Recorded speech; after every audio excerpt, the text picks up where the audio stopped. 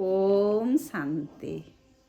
परम प्रिय परमात्मा शिव भगवानकर अमृत संतान माने आसंतु आमे आजी आमर पिता दाता विधाता वरदाता गुरु सद्गुरु शिक्षक सबू जणे मात्र तांकर महावाक्य आसंतु आमे मन दे शुणिबा।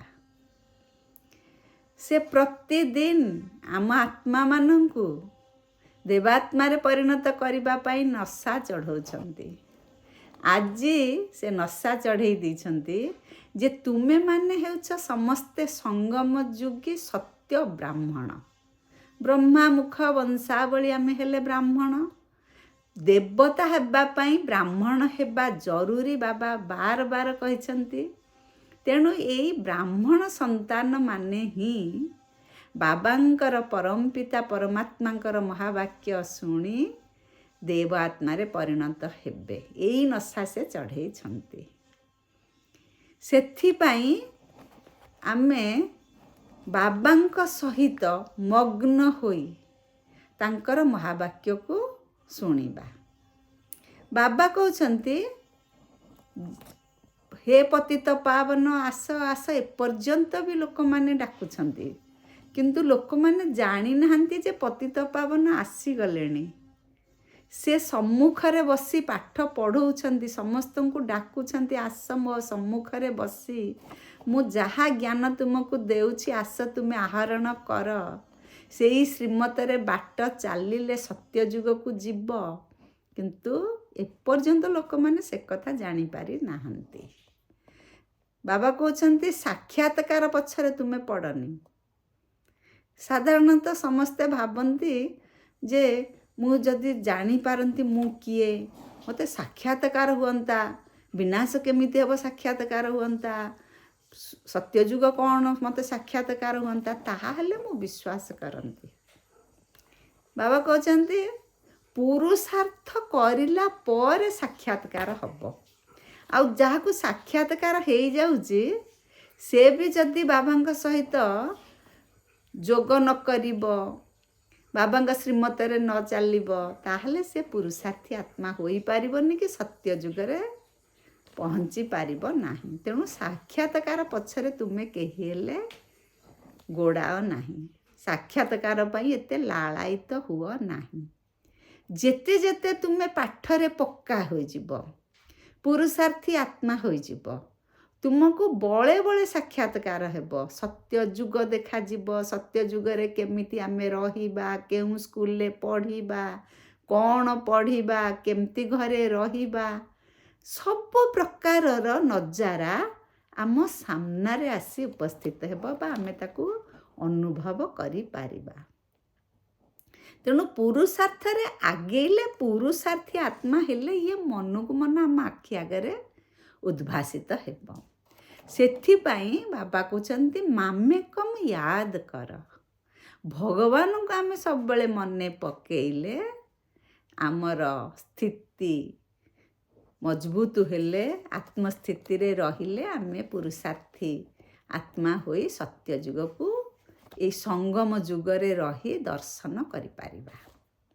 बाबा कहते गोटिए परिवार भितरे जड़े संगम जुगी आत्मा हेले आउ जड़े कली जुगी आत्मा। तार अर्थ कौन जी भगवान को चिन्ह सारिलानी भगवान हाथ धरी बाट चलुची सी संगम जुगरे अच्छे ये दुख दुनिया से बाहर हो सारिलानी भगवान का साथी हो गलानी। आउ जी भगवान को जानिनी सी यही कली दुनिया रे रही दुख अशांति भितर दिन काटुछंती। तेणु बाबा कहते गोटिए परिवार मध्य किए कली दुनिया रे अच्छी किए संगम दुनिया रे अच्छी संगम जुगरे अच्छी ता भितर किए देवात्मा अच्छंती किए पापात्मा अच्छंती किए केउ प्रकार आत्मा गोटिए परिवार मध्य भी अच्छंती। ये आत्मा तो 84 जन्म नेउची ना यही आत्मा ही तार कर्म फल भोगुची जे जहा करिथिबो सेही अनुजाई से एठी नाटक करुछि। बाबा से कथा बुझे दछंती।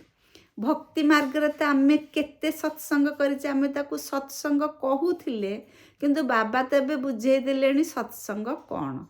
ସତ୍ ସହିତ ସଙ୍ଗ କରିବା, ସ୍ୱୟଂ ପରମପିତା ପରମାତ୍ମାଙ୍କ ସହିତ ବା ତାଙ୍କ ସମ୍ମୁଖରେ ବସି ତାଙ୍କ ପାଠ ପଢ଼ିବା, ତାଙ୍କୁ ସବୁବେଳେ ମନନ କରିବା, ଚିନ୍ତନ କରିବା, ସ୍ମୃତିରେ ରଖିବା, ଯୋଗ ଲଗାଇବା, ଇଏ ହେଉଛି ସତ୍ସଙ୍ଗ। କିନ୍ତୁ ଆମେ ଜାଣିନଥିଲେ ଆମେ ଭକ୍ତି ମାର୍ଗରେ ବି ବହୁତ ସାଧୁ ପୁରୁଷ, ଗୁରୁ ଆଉ ଧର୍ମାତ୍ମାମାନଙ୍କ ସହିତ ଆମେ କେତେ କେତେ ଅନୁଷ୍ଠାନରେ ଯାଇ ଭାଗ ନେଉଥିଲେ।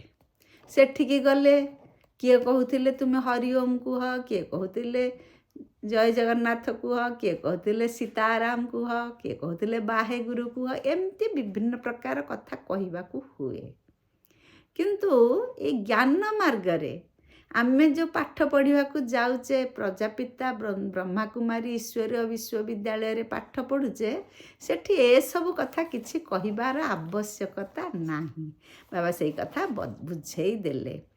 ଆମେ ଜଣେ ଜଣେ ଆକ୍ଟର, କଳାକାର, କିନ୍ତୁ ଆମେ ସାଧାରଣ ଆକ୍ଟର ନୁହେଁ। ଆମେ ବର୍ତ୍ତମାନ ତ୍ରିକାଳଦର୍ଶୀ ହେଇଗଲେଣି। କାହିଁକିନା ବାବା ଆମକୁ ପାଠ ପଢ଼େଇକି ଆମେ ପୂର୍ବେ କ'ଣ ଥିଲୁ, ଏବେ କ'ଣ ଅଛୁ, ପୁଣି ଭବିଷ୍ୟତକୁ କ'ଣ ହେବୁ, ସବୁ ଜଣେଇ ଦେଉଛନ୍ତି।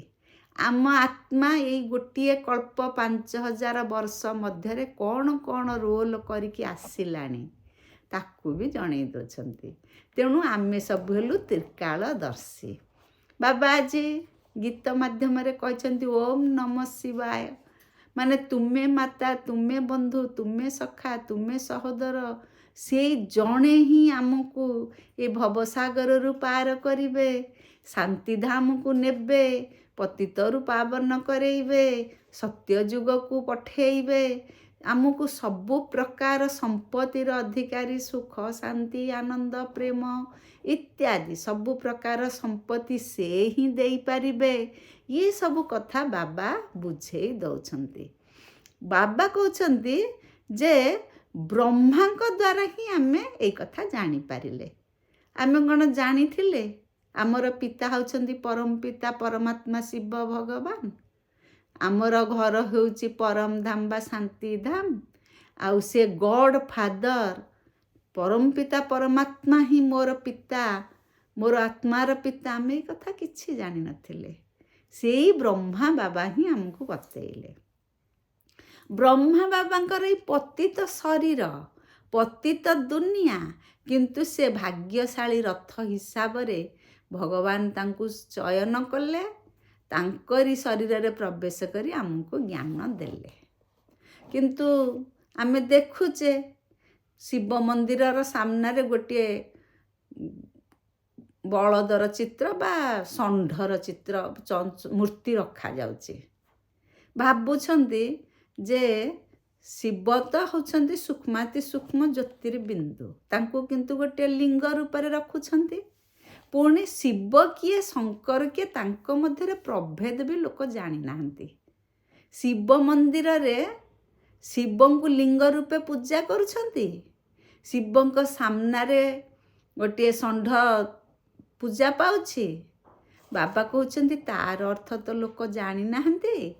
ପ୍ରକୃତରେ ଶିବ ହେଉଛନ୍ତି ସୂକ୍ଷ୍ମାତି ସୂକ୍ଷ୍ମ ଜ୍ୟୋତିର୍ବିନ୍ଦୁ ସଦୃଶ ନିରାକାର ପରମପିତା ପରମାତ୍ମା। ଇଏ ଯେଉଁ ବଳଦ ବା ଷଣ୍ଢ ଚିତ୍ରଟି ରଖୁଛନ୍ତି, ବାବା ଯେମିତି ଶିବ ବାବା ଯେମିତି ବ୍ରହ୍ମା ବାବାଙ୍କ ଶରୀରରେ ପ୍ରବେଶ କରି ଜ୍ଞାନ ଦେଇଛନ୍ତି, ସିଏ ଭାବୁଛନ୍ତି ଯେ ଶିବ ପରମାତ୍ମା ଇଏ ଷଣ୍ଢ ଉପରେ ବସି ଚାରିଆଡ଼େ ବୁଲୁଛନ୍ତି ବା ଷଣ୍ଢ ଦ୍ୱାରା ହିଁ ଲୋକଙ୍କର କଥା ଶୁଣୁଛନ୍ତି। ସେଥିପାଇଁ ଲୋକମାନେ ଶିବ ମନ୍ଦିରକୁ ଗଲେ ସେଇ ଷଣ୍ଢ କାନରେ ଫୁସୁ ଫୁସୁ ହୋଇ ନିଜର ଦୁଃଖ ଜଣାନ୍ତି, ଭାବନ୍ତି ଇଏ ହିଁ ଭଗବାନଙ୍କୁ ଆମର ଦୁଃଖ ଜଣେଇ ପାରିବ। ବାବା ତାର ଅର୍ଥ ଟିକେ ବୁଝେଇ ଦେଲେ ଯେ ଷଣ୍ଢ କାନରେ ଫୁସୁ ଫୁସୁ ହୋଇ କଥା କହିଲେ ବ୍ରହ୍ମା ସିଏ ଆସିକି ଶିବ ବାବାଙ୍କୁ ତାଙ୍କର ଦୁଃଖ ଜଣେଇ ପାରିବନି। ବ୍ରହ୍ମା ବାବାଙ୍କୁ ଯଦି ଆମେ ଏମିତି କହିବା ଯେ ମୁଁ ଏଇଆ ହେଇଛି, ମୋତେ ଏଇଆ ଦରକାର ସେଇଆ ଦରକାର ଭାବିକି ଆମେ ବ୍ରହ୍ମା ବାବାଙ୍କୁ ଜଣେଇବା, ବ୍ରହ୍ମା ବାବା କ'ଣ ଆମ ପାଇଁ ଯାଇ ଶିବ ବାବାଙ୍କୁ କହିକି ତାଙ୍କଠୁ ଆମ ପାଇଁ ଆମ ଦରଖାସ୍ତ ମଞ୍ଜୁର କରିଦେବେ? ନାହିଁ। ଆମେ ଆମର ଯାହା ଅସୁବିଧା ଭଲ ମନ୍ଦ କେତେ ଦୂର ଆମେ ଆଗକୁ ଯାଉଛେ, କ'ଣ ଦିନଚର୍ଯ୍ୟା କରୁଛେ, ଆମେ ଲିଖିତ ଆକାରରେ ବାବାଙ୍କୁ ଜଣେଇବା। ବାବା ହେଉଛନ୍ତି ଦାତା। ବାବାଙ୍କ ଠାରୁ ଆମେ ସିଧା ପାଇବା, ଡାଇରେକ୍ଟ ପାଇବା। ସେଥିପାଇଁ ଯୋଗ୍ୟତା ଅର୍ଜନ କରିବା। ଯେହେତୁ ଲୋକମାନେ ଜାଣିନାହାନ୍ତି ଶିବ କିଏ, ଶଙ୍କର କିଏ, ତାଙ୍କ ଭିତରେ ପ୍ରଭେଦ କ'ଣ ଅଛି ଜାଣିନାହାନ୍ତି। ଶିବ ପିତା, ଶଙ୍କର ତାଙ୍କର ରଚୟିତା, କରନ କରାବନହାର ହେଉଛନ୍ତି ଶିବ। ଶଙ୍କରଙ୍କୁ ସେ ଗୋଟିଏ ଦାୟିତ୍ୱ ଦେଇଛନ୍ତି, ସେ କଥା ଲୋକମାନେ ବୁଝିପାରି ନାହାନ୍ତି। ତେଣୁ ଶିବ ଶଙ୍କରଙ୍କୁ ଏକ ଭାବି ପୂଜାରେ ଲାଗିଛନ୍ତି। ଅମର କଥା ସବୁବେଳେ ଶିବ ପାର୍ବତୀଙ୍କୁ ଅମର କଥା ଶୁଣେଇଥିଲେ ବୋଲି ଭକ୍ତି ମାର୍ଗରେ ଲେଖା ହେଇଗଲା। ପ୍ରକୃତରେ ଅମରନାଥ ହେଲେ ଶିବ। ଜନ୍ମ ମୃତ୍ୟୁ ଚକ୍ରରେ ତ ସିଏ ଆସନ୍ତିନି, ତେଣୁ ସେ ହିଁ ଅମରନାଥ। ପୁଣି ଅମରବାଣୀ ଶୁଣାଉଛନ୍ତି ଆମକୁ ସବୁ ଅମରପୁରକୁ ଯିବା ପାଇଁ ବା ସ୍ୱର୍ଗପୁରକୁ ଯିବା ପାଇଁ। ତେଣୁ ଆମେ ସମସ୍ତେ ଜଣେ ଜଣେ ପାର୍ବତୀ, ସ୍ୱୟଂ ପରମପିତା ପରମାତ୍ମା ଏଇ ସଙ୍ଗମ ଯୁଗରେ ଆସି ଅମରବାଣୀ ଆମକୁ ଶୁଣେଇ ଅମରପୁରକୁ ନେବେ। ଏ କଥା ଲୋକମାନେ ଜାଣିନାହାନ୍ତି। କିନ୍ତୁ ସେଥିପାଇଁ କୁହନ୍ତି କୈଳାସ ପର୍ବତରେ ଶିବ ପାର୍ବତୀଙ୍କୁ ସବୁ କଥା କହୁଥିଲେ, ଏଇ ସୃଷ୍ଟି ନାଟକ କଥା କହୁଥିଲେ ବୋଲି କୁହନ୍ତି। କିନ୍ତୁ ବାବା ଆସିକି ତାର ତାତ୍ତ୍ୱିକ ମାର୍ମିକ ଅର୍ଥ, ଆଧ୍ୟାତ୍ମିକ ରହସ୍ୟ ଆମମାନଙ୍କୁ ବୁଝେଇ ଦେଲେ। ବାବା କହୁଛନ୍ତି ଲୋକମାନେ ଏପର୍ଯ୍ୟନ୍ତ ଶିବ ବାବାଙ୍କ ଉପରେ ଯେହେତୁ ଭରସା କରିପାରି ନାହାନ୍ତି, ତେଣୁ ସେମାନେ ଦୁଃଖ ଅଶାନ୍ତି ଭିତରେ ଆହୁରି ବୁଡ଼ି ରହି ଆହୁରି ଦିନକୁ ଦିନ ଦୁଃଖ ଆଡ଼କୁ ମୁହାଁଇଛନ୍ତି। ରାବଣ କିଏ, ରାମ କିଏ ଜାଣିପାରୁନାହାନ୍ତି। ତେଣୁ ଦୁଃଖ ହିଁ ଦୁଃଖ ପାଉଛନ୍ତି। ଦେବୀ ଦେବତା ସମସ୍ତଙ୍କୁ ପୂଜା କରୁଛନ୍ତି। ପୁଣି ଲୋକ ଚିତ୍ର ବି ଗଠନ କରାଯାଇଛି ବା ମୂର୍ତ୍ତି ବି ତିଆରି କରାଯାଇଛି। କେଉଁ ଦେବତାଙ୍କର ଶୁଣ୍ଢ ଅଛି, କାହାର ଲାଞ୍ଜ ଅଛି, କାହାର 10 ଭୁଜ, ଇଏ ସବୁ କଥା ଚିତ୍ର ଆକାରରେ ଦର୍ଶେଇ ଦିଆଯାଇଛି। ଇଏ ଚିତ୍ର ପ୍ରକୃତରେ ପ୍ରତୀକାତ୍ମକ ଚିତ୍ର। ପ୍ରତୀକାତ୍ମକ ଚିତ୍ର କ'ଣ? 10 ଭୁଜ ଯେଉଁ ଲେଖିଦେଲେ, 10 ଭୁଜା ଅମ୍ବା, କାଳୀ ବା ଦେବାଦେବୀଙ୍କର ଯେଉଁ ଦେଖେଇ ଦେଲେ, ତାଙ୍କର ଗୁଣର, ତାଙ୍କର ଯେତେ ସବୁ ତାଙ୍କର ଯେତେ ଗୁଣ ଆଉ ସାହସ, ଶକ୍ତି, ଏସବୁର ପ୍ରତୀକ ହିସାବରେ ଚିତ୍ରରେ ଜଣେଇ ଦେଇଛନ୍ତି। କୌଣସି ମଣିଷ ଏଇଭଳି ନଥାନ୍ତି। ଦେବତାମାନେ ତ ମଣିଷ ନା, ତାଙ୍କ ଆତ୍ମା ହେଉଛି ଦେବ ଆତ୍ମା, ଶରୀର କିନ୍ତୁ ମଣିଷ ଶରୀର। ପାଣ୍ଡବମାନଙ୍କୁ ବିରାଟକାୟ ଚିତ୍ର ଦେଖାନ୍ତି, ଭୀମଙ୍କର ଗୋଟେ ବହୁତ ବଳଶାଳୀ ଶରୀର ଦେଖାନ୍ତି। ଇଏ ପ୍ରକୃତରେ ଏତେ ବଡ଼ ଶରୀରଧାରୀ କିଏ ନଥିଲେ। ପ୍ରକୃତରେ ଇଏ ସବୁ ପ୍ରତୀକାତ୍ମକ ଚିତ୍ର। ମଣିଷ ତାର ଆଧ୍ୟାତ୍ମିକ ରହସ୍ୟ ବୁଝିପାରି ନାହିଁ। ଭକ୍ତି ମାର୍ଗରେ ଯେତେ ସବୁ ଚିତ୍ର ଅଛି, ତାର ଆଧ୍ୟାତ୍ମିକ ରହସ୍ୟ ଆମକୁ ବୁଝିବାକୁ ପଡ଼ିବ, ଜାଣିବାକୁ ପଡ଼ିବ, ମାନିବାକୁ ପଡ଼ିବ। ଭକ୍ତି ମାର୍ଗରେ କେହି ବିଶ୍ୱର ମାଲିକ ହେଇପାରିବେନି, ବାବା କହିଦେଲେ। କାହିଁକି ନା ସେ ତ ଭଗବାନଙ୍କୁ ଜାଣିଲେନି। ଭଗବାନଙ୍କର କ'ଣ ପ୍ରକୃତ ସୃଷ୍ଟିର ରହସ୍ୟ, ଆତ୍ମାର ପରିଚୟ, ପରମାତ୍ମାଙ୍କ ପରିଚୟ କିଛି ତ ଜାଣିଲେନି। କ'ଣ କଲେ ଆମ ଆତ୍ମା ପବିତ୍ର ହୋଇ ପୁଣି ଦେବାତ୍ମାରେ ପରିଣତ ହେବ, ସତ୍ୱପ୍ରଧାନ ହେବ, ତାର ଉପାୟ ବି ଜାଣିଲେନି। ତାହେଲେ ଭକ୍ତି ମାର୍ଗରେ କେମିତି ଜଣେ ଦୈବୀ ଦୁନିଆକୁ ଯିବ କୁହନ୍ତୁ।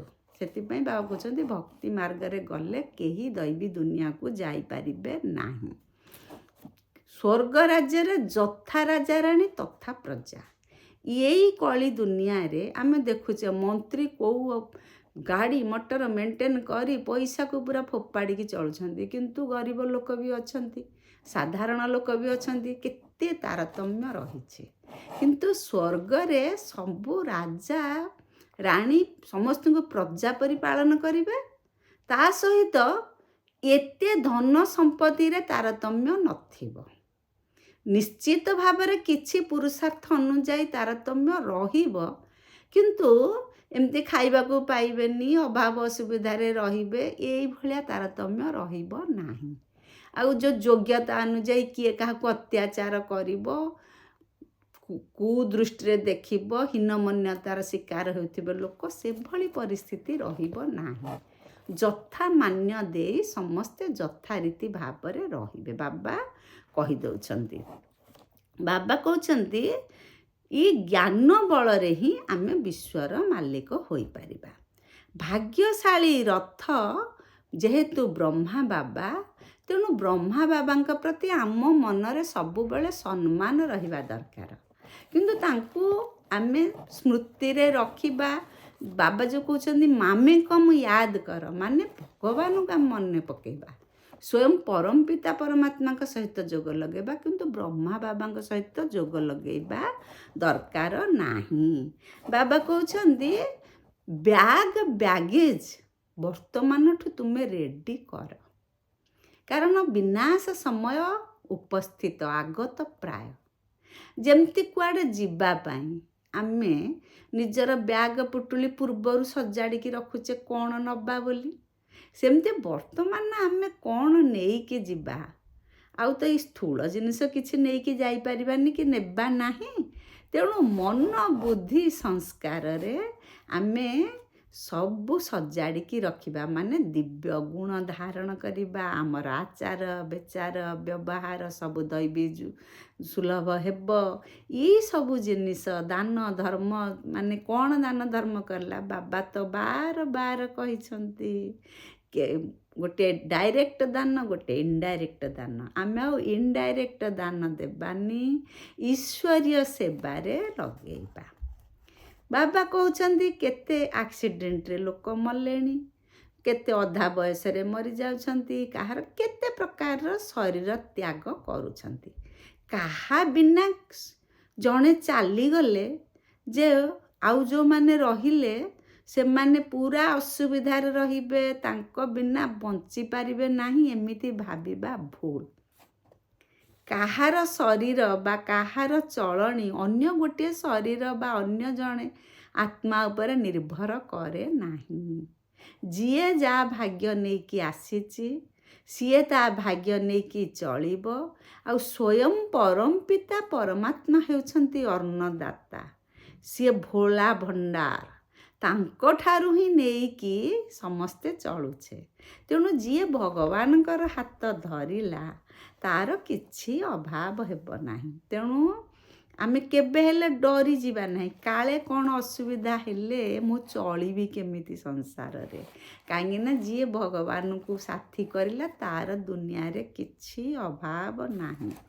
ଆମେ ତ ଶିବ ବାବାଙ୍କ ଭଣ୍ଡାରରୁ ଖାଉଛେ ନା, ସେଥିପାଇଁ ବ୍ରହ୍ମା ଭୋଜନର ମୂଲ୍ୟ ବହୁତ। ବ୍ରହ୍ମା ଭୋଜନ କିଏ ପ୍ରସ୍ତୁତ କରନ୍ତି? ବ୍ରହ୍ମା ଭୋଜନ ବ୍ରାହ୍ମଣ ଆତ୍ମାମାନେ ପ୍ରସ୍ତୁତ କରନ୍ତି। ଶିବ ବାବାଙ୍କୁ ସ୍ମୃତିରେ ରଖି ପ୍ରସ୍ତୁତ କରନ୍ତି। ଯାହା ତିଆରି କରନ୍ତି ଶିବ ବାବାଙ୍କ ଭଣ୍ଡାରରୁ ଆସିକି ହେଉଛି ବୋଲି ଜ୍ଞାନ କରନ୍ତି, ମନେ କରନ୍ତି। ତେଣୁ ବ୍ରହ୍ମା ଭୋଜନ ଖାଇଲେ ଆତ୍ମା ପବିତ୍ର ହୁଏ, କାରଣ ବ୍ରାହ୍ମଣ ଆତ୍ମା ମାନେ ପବିତ୍ର ଆତ୍ମା।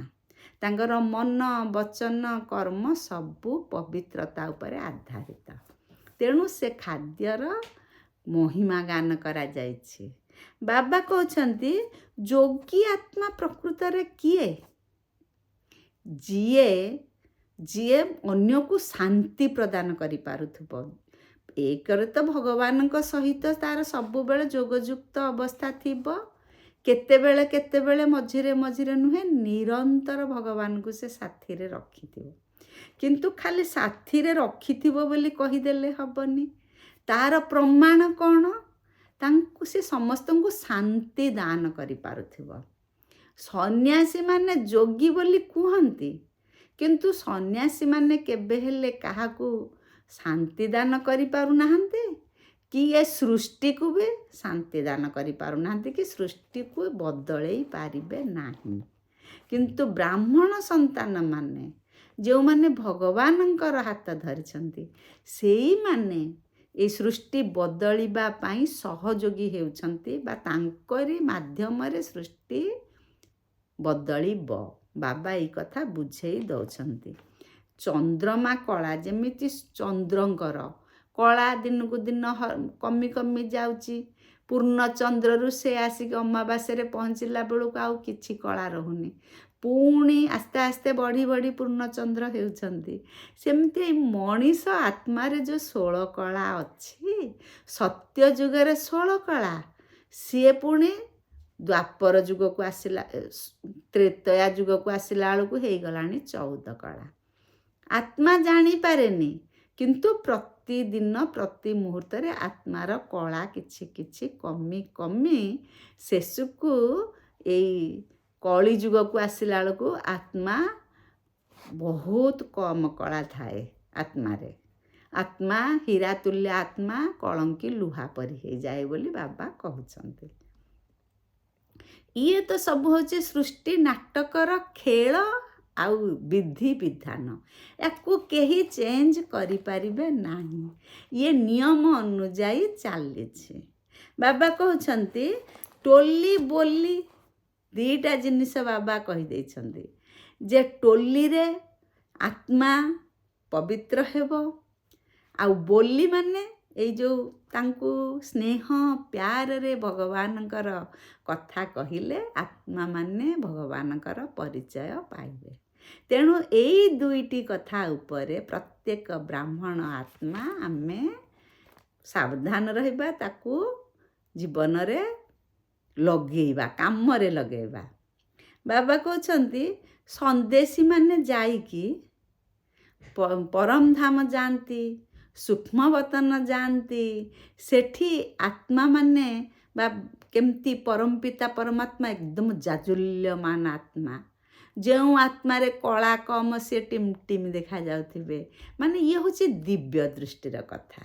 ଇଏ ଦିବ୍ୟ ଦୃଷ୍ଟିରେ ବ୍ରହ୍ମା ବାବା ପୁରୁଷାର୍ଥୀ ଆତ୍ମା ହିସାବରେ ରହିଥିବେ। କେମିତି ଦେଖାଯାଉଛନ୍ତି? ଯେତେବେଳେ ପୁରା ପୁରୁଷାର୍ଥରେ ପୁରା 100% ହେଇଗଲେ, ଦିବ୍ୟ ଆତ୍ମା ହେଇଗଲେ, ସେ ପୁଣି କେମିତି ଦେଖାଯାଆନ୍ତି? ସନ୍ଦେଶୀ ମାନେ ଏ କଥା ଆସିକି ବର୍ଣ୍ଣନା କରନ୍ତି। ବାବା କହିଲେ ଲକ୍ଷ୍ମୀ ନାରାୟଣ କେମିତି ହେଉଛନ୍ତି ତାକୁ ଲୋକମାନେ ଜାଣିବାକୁ ଇଚ୍ଛା କରୁନାହାନ୍ତି, କିନ୍ତୁ ଲକ୍ଷ୍ମୀ ନାରାୟଣଙ୍କୁ ପୂଜା କରୁଛନ୍ତି। ଲକ୍ଷ୍ମୀ ନାରାୟଣ କିଏ? ଏଇ ଆମରି ପରି ଆତ୍ମା, ଯେଉଁମାନେ ଭଗବାନଙ୍କର ହାତ ଧରି 16 କଳା ସମ୍ପନ୍ନ ସମ୍ପୂର୍ଣ୍ଣ ନିର୍ବିକାରୀ ଅହିଂସା ପରମ ଧର୍ମ ମର୍ଯ୍ୟାଦା ପୁରୁଷୋତ୍ତମ ହେଇଗଲେ, ସେଇମାନେ ସତ୍ୱପ୍ରଧାନ ଆତ୍ମା ହେଲେ ଲକ୍ଷ୍ମୀ ନାରାୟଣ। ଯେମିତି ବ୍ରହ୍ମା ବାବା ହେଉଛନ୍ତି ଆମର ସତ୍ୟଯୁଗର ନାରାୟଣ। ବାବା ସେଇ କଥା ବୁଝେଇ ଦେଇଛନ୍ତି। ବାପା ହେଉଛନ୍ତି ଲିଙ୍ଗ ବୋଲି ଭାବୁଛନ୍ତି, କିନ୍ତୁ ବାବା ହେଉଛନ୍ତି ସୂକ୍ଷ୍ମାତି ସୂକ୍ଷ୍ମ ଜ୍ୟୋତିର୍ବିନ୍ଦୁ ସଦୃଶ। ବ୍ରହ୍ମା ବାବାଙ୍କୁ ବାବା କେତେ ପ୍ରଲୋଭନ ଦେଖେଇଛନ୍ତି। ତାଙ୍କ ରଥକୁ ବ୍ୟବହାର କଲେ ନା, ତାଙ୍କ ଶରୀରକୁ ବ୍ୟବହାର କଲେ, କିନ୍ତୁ ବ୍ରହ୍ମା ବାବା କମ୍ କି? ସେ ଏକାଥରକେ ତାଙ୍କ ଘର ପରିବାର ସ୍ତ୍ରୀ ପିଲା କାହା ପାଇଁ କ'ଣ ରଖିବି କ'ଣ କରିବି କିଛି ବିଚାର କଲେନି, ସବୁ ସମର୍ପଣ କରିଦେଲେ। ଶେଷ ପର୍ଯ୍ୟନ୍ତ ବି ଆମେ ଦେଖିଛେ ପାଣ୍ଡବ ଭବନରେ ବ୍ରହ୍ମା ବାବାଙ୍କ କୁଟିଆ ଆମେ ଦେଖୁଛେ, କୁଟୀର। ସେ କୁଟୀରରେ ରହନ୍ତି, ଛୋଟିଆ ଘରଟିରେ ରହନ୍ତି, କିନ୍ତୁ ପିଲାମାନଙ୍କୁ ବହୁତ ଆଜାଦରେ ରଖନ୍ତି। ବାବା କେଉଁ ପିଲା ତାଙ୍କ ଘରୁ କ'ଣ ଆଣିକି ଯଜ୍ଞରେ ସମର୍ପିତ କରିଛି ସେ ବିଷୟରେ ବ୍ରହ୍ମା ବାବା ଧ୍ୟାନ ଦିଅନ୍ତି ନାହିଁ। ସମସ୍ତେ ତାଙ୍କ ନଜରରେ ସମାନ, ସମସ୍ତଙ୍କୁ ସେ ସମାନ ଭାବରେ ପାଳନା ଦିଅନ୍ତି। ପ୍ରଭୁ ପାଳନାରେ ସେ ସମସ୍ତଙ୍କୁ ମସ୍ତ କରେଇ ତାଙ୍କର ଲୌକିକ ସଂସାରକୁ ଭୁଲିବା ପାଇଁ ସହାୟକ ହୁଅନ୍ତି। କେମିତି ଯୋଗ କରିବେ, ଯୋଗର ସୂତ୍ର ବତାନ୍ତି, ପାଖେ ପାଖେ ରହି ଯୋଗ ଶିଖାନ୍ତି। ଏଇଭଳିଆ ବାବା ସିଏ। ତେଣୁ ସିଏ ହେଲେ ରମତା ଯୋଗୀ। ବ୍ରହ୍ମା ବାବା ହେଲେ ରମତା ଯୋଗୀ। ଯୋଗ ସ୍ଥିତି ଆମର ସୁଦୃଢ଼ ଅଛି ବୋଲି କେମିତି ଜାଣିବା? ଯେ ଆମର ଦୃଷ୍ଟିରେ ଶାନ୍ତ ଦୃଷ୍ଟି, ସମସ୍ତଙ୍କୁ ଆମେ ଯାହାକୁ ଚାହିଁବା ସେ ଶାନ୍ତି ଫିଲିଂ କରିବ।